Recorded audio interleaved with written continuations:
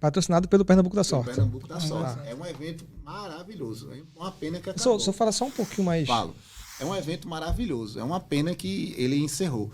Então, eu lembro que na época a gente não poderia nem participar, porque só participavam universidades. E aí eu conversei com a organização, pedi a autorização para a gente participar em escola técnica. E a gente teve um resultado maravilhoso.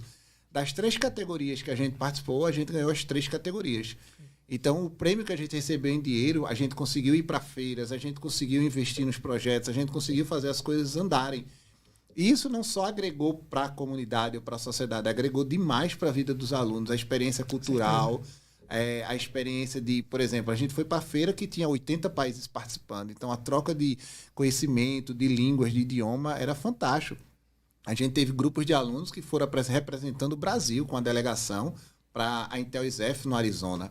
Então, a gente direcionava os recursos que a gente obtinha para provocar experiência nos alunos, seja ela de iniciação científica, empreendedora, e que o produto estivesse cada vez mais perto da sociedade. Não fosse aquele produto conceitual que está na gaveta, mas que no dia a dia não funciona. Então, a gente não gastava com essas questões de patente, essas coisas assim. A gente gastava que o produto está aqui, chegou na mão do cliente. Era a nossa meta. Também o foco, né? A gente também não tinha um foco tanto no lucro. Assim, os projetos da Life Up eram voltados para auxílio social. Então, a gente tentava resolver um problema da sociedade. Pô, a gente tá com problema o quê? Tá com problema do autismo. A gente tá com problema da barragem que tá com risco de desabar. Então, a gente tá com problema de acessibilidade para do cadeirante. Então, isso aí o Life Up sempre direcionou, não visando no lucro, mas sim na qualidade de vida das pessoas. Das pessoas.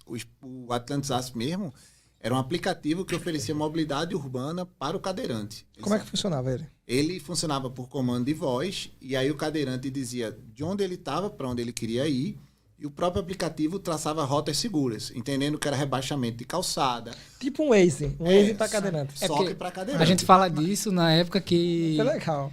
Porque a época disso, a gente pensa assim, pô, mas já tem o Waze, já tem o Google. Só que na época era 2010, 2011, 2012. Agora é engraçado, Gabriel, que o Waze, ele dá a possibilidade de bicicleta, né? Dá a pé. O Google, na verdade, o Waze é mais focado nos carros, não é carro? Não, o Waze não é o Google, né? O Google né? dá a pé, Tá? bicicleta. Mas ele não dá pra cadeirante, não, né? Não. E a gente pensou isso em 2010. E até hoje não foi feito. Então, aí também ele estava também na atualização que a gente também estava para produzir os totemzinhos que também ia ter comunicação de Libras. Então, não só para cadeirantes, então englobar mais deficientes. Então, muitas vezes o deficiente auditivo, que não conseguia, só conseguia comunicação em Libras, chegava num lugar turístico no Recife e não conseguia saber onde é que ficava tal canto. Então, ali ia ter uma comunicação, um totemzinho que ele conseguia se comunicar. Com a cidade. Um conceito que hoje a gente conhece de Smart City, que era a cidade trabalhar no conceito da comunicação ou de criar situações melhores para a inclusão, né, cara? A gente falha muito nisso, né? Isso. Gabriel, quando começou no Life Up, ele quis resolver um problema de um colega de sala, que foi o Speak Up. Conta um pouquinho da tua história. Foi o que, Gabriel? A gente via que ele ficava um pouco retraído, na questão da interação mesmo. Como ninguém se conhecia, porque a escola técnica você fazia seleção, passava todo mundo, completamente, ninguém se conhecia. Então, aí foi você ia construindo as amizades, tudinho, e a gente via, pelo menos eu e alguns colegas meus, via que ele ficava meio retraído lá. E não se comunicava, tinha dificuldade de... até nas disciplinas em si. E aí, quando o Heraldo, ele sugeriu mostrou a ideia do Life Up, mostrou alguns projetos, inclusive o Ken Game na época. Aí a gente viu, poxa, a gente podia utilizar o Ken Game para tentar auxiliar ele. E aí a gente começou a estudar um pouco mais. Mas ele tinha alguma deficiência, não? Era um mutismo seletivo. Mutismo seletivo, isso. Que é como fosse uma timidez rígida. Isso. Só que isso estava prejudicando ele no andamento da escola. Isso. Que às vezes a falta de informação, por exemplo, a gente não sabia disso, a gente às vezes tinha a intenção de que ele não estava querendo participar da aula, não queria ter acesso àquele conhecimento, mas era algo que não tinha essa relação. E aí ele criou o Speak Up. Isso. Fala um pouco do Speak Up. Pronto, na época era um protótipo de um jogo que tinha a questão da gamificação, que hoje em dia a gente entende como gamificação a questão de você estimular o usuário a realizar determinadas ações e comportamentos.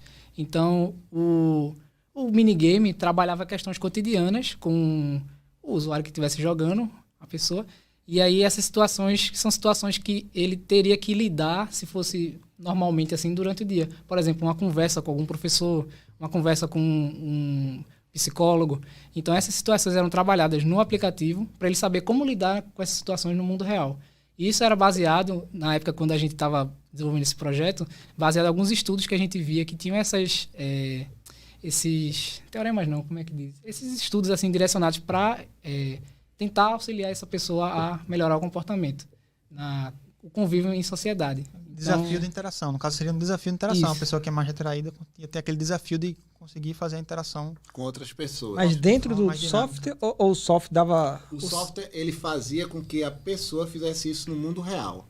Ele recebia atividades entendi. diárias, tipo, você tem que conhecer hoje 5 pessoas da sua sala e passar um relatório pra gente, um mini texto, o que é que você achou dessas pessoas.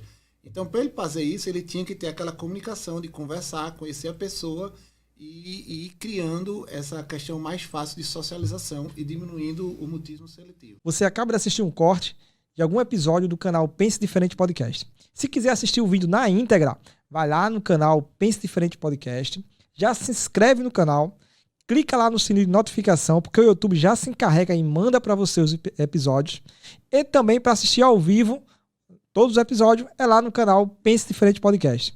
E nesse canal de cortes, por ser o canal oficial, também já se inscreve no canal e compartilha nosso conteúdo. Valeu!